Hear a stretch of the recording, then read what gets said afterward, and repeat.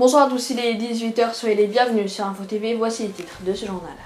J-17 avant le premier tour de l'élection présidentielle, je vous montrerai un sondage qui a été fait après le grand débat du 4 avril. On y reviendra aussi pour un politique très complet dans quelques instants. On parlera aussi de cette attaque chimique qui a fait au moins 72 morts en Syrie. Et puis ce sera chargé sur les routes ce week-end. L'infotrafic est à suivre, tout comme le programme télé des sports. Bienvenue à tous.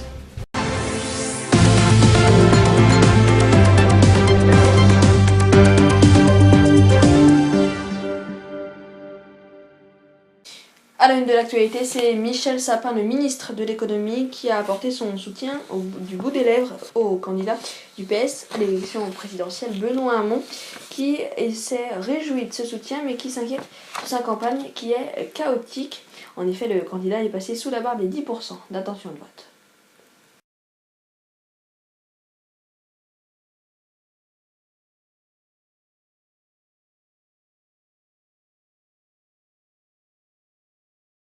Si l'on regarde ce sondage qui a été publié avant le grand débat, eh bien c'est Emmanuel Macron qui remporterait le scrutin avec 25%, Marine Le Pen ferait 24,5%, Jean-Luc Mélenchon ferait 15% et Benoît Hamon serait à 10%. Et si l'on regarde ce sondage qui a été réalisé après le grand débat, qui s'est tenu mardi 4 avril sur BFM TV et CNews, eh bien on voit que Marine Le Pen et Emmanuel Macron ont baissé, François Fillon et Jean-Luc Mélenchon, eux, ont augmenté de 2 points et Benoît Hamon passe sous la barre des 10 avec 9%. Et si l'on regarde maintenant au deuxième tour, eh bien François Fillon remporterait avec 57% et Emmanuel Macron, c'est pareil avec ce coup-ci 62%. Et si on regarde qui a le plus convaincu pendant ce débat avec les 11 candidats, eh bien c'est Jean-Luc Mélenchon avec 23,25%, François Fillon avec 21% et François Asselineau avec 17,5%, le candidat de l'UPR. Emmanuel Macron lui fait 12,25%, Marine Le Pen 8,25% et Benoît Hamon 3,75%. Et Nicolas Dupont-Aignan lui fait 3,5%. Et si vous voulez plus d'informations, vous pouvez bien évidemment consulter notre site internet. Et la baisse de certains candidats est due notamment au grand débat qui s'est déroulé mardi. Les petits candidats ont attaqué les gros. Retour sur ce débat historique avec ce reportage. Avant le débat, il y a eu la photo de famille, sauf qu'elle s'est tenue sans Philippe Poutou. Le candidat du NPA n'a pas voulu y participer. Philippe Poutou qui a aussi longuement attaqué les gros candidats. Et là, depuis janvier, alors là c'est le régal, une campagne super, Fillon, voilà, il est en face de moi.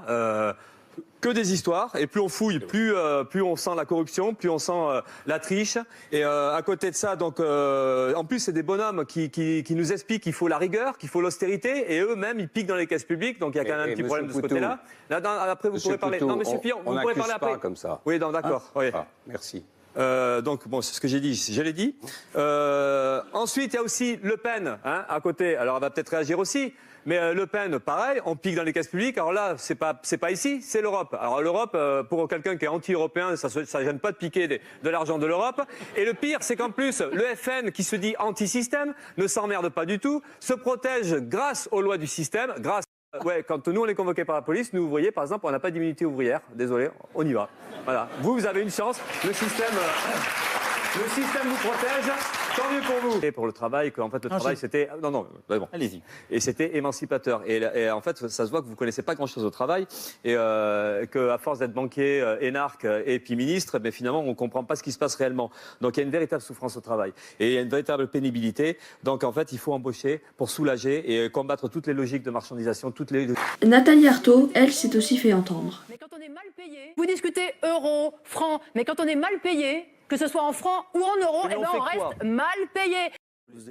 Et il y a aussi Nicolas Dupont-Aignan qui s'est aussi opposé à Emmanuel Macron. Vous étiez le ministre, je crois que vous êtes un peu amnésique. Non. Vous étiez le ministre de François Hollande. Je n'ai jamais été ministre des Finances ni Premier ministre. Ah bon, alors vous n'étiez pas solidaire de votre gouvernement, c'est extravagant. Et j'ai été à ce moment-là, je n'étais pas ministre dans la période que vous indiquez. Mais non, c'est jamais vous. On peut être factuel. C'est jamais vous. On aimerait d'ailleurs que M. Macron nous dise ce qu'il en pense. Je suis d'accord avec vous sur ce dernier point. Ah, vous êtes toujours d'accord avec tout le monde. Non, ça n'est pas vrai. Ça, Monsieur Poutou. D'abord, je pense que c'est vrai qu'un candidat à une élection, n'importe quelle élection, doit avoir un casier judiciaire vierge, parce que c'est ce qu'on demande. Dans ma mairie, je demande ça à un animateur sportif quand il va s'occuper des gamins dans une école. Je suis élu président, ma femme sera la femme du président de la République, elle restera discrète, il n'y aura pas de first lady, il n'y aura pas de first lady à l'américaine ou monarchie. Vous l'avez ruiné le pays, ça ne vous a pas empêché de supprimer des postes, et vous venez nous donner la leçon 5 ans après, alors que vous avez laissé le pays dans un état de ruine. Vous voulez quoi pour les services? Vous êtes comme les marchés financiers, vous êtes des grandes gueules qui essayent de voler ceux qui croient les plus faibles. Eh bien, les plus faibles, dans ce monde... Une attaque chimique mardi a eu lieu en Syrie, faisant 72 morts et 170 blessés. Le régime de Bachar al-Assad a été accusé d'avoir mené cette attaque. On l'a appris ce matin, un soldat français a été tué au Mali dans un accrochage avec des terroristes. Ce sera chargé ce week-end sur les routes. Bison futé voit orange en Ile-de-France dans le sens du départ demain.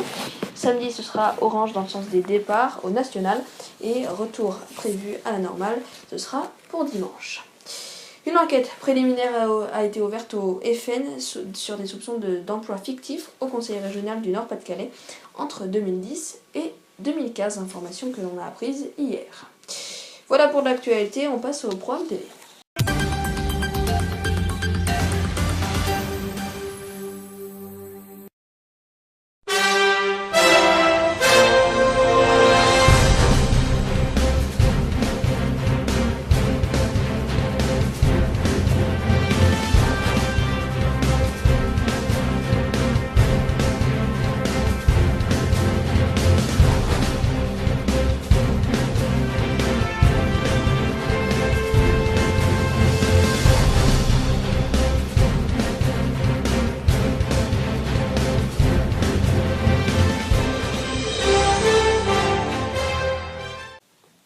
Les sports.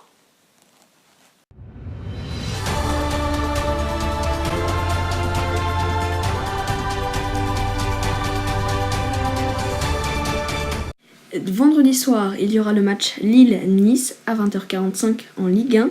Samedi à 17h, il y aura Angers-Monaco. À 20h, il y aura Nancy-Rennes, Bordeaux-Metz, Caen-Montpellier, Dijon-Bastia et puis Lyon-Lorient. Puis dimanche, il y aura Toulouse-Marseille à 15h, Saint-Étienne-Nantes à 17h et PSG-Guingamp à 21h.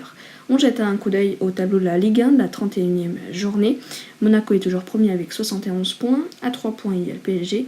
Et puis à 1 point du PSG, il y a Nice avec 67 points. Et puis c'est Toulouse qui ferme la marche des 10e avec 40 points. C'est la fin de ce journal. Merci de l'avoir suivi. Prochain rendez-vous avec l'information, c'est demain, même heure avec le téléjournal 57. À demain.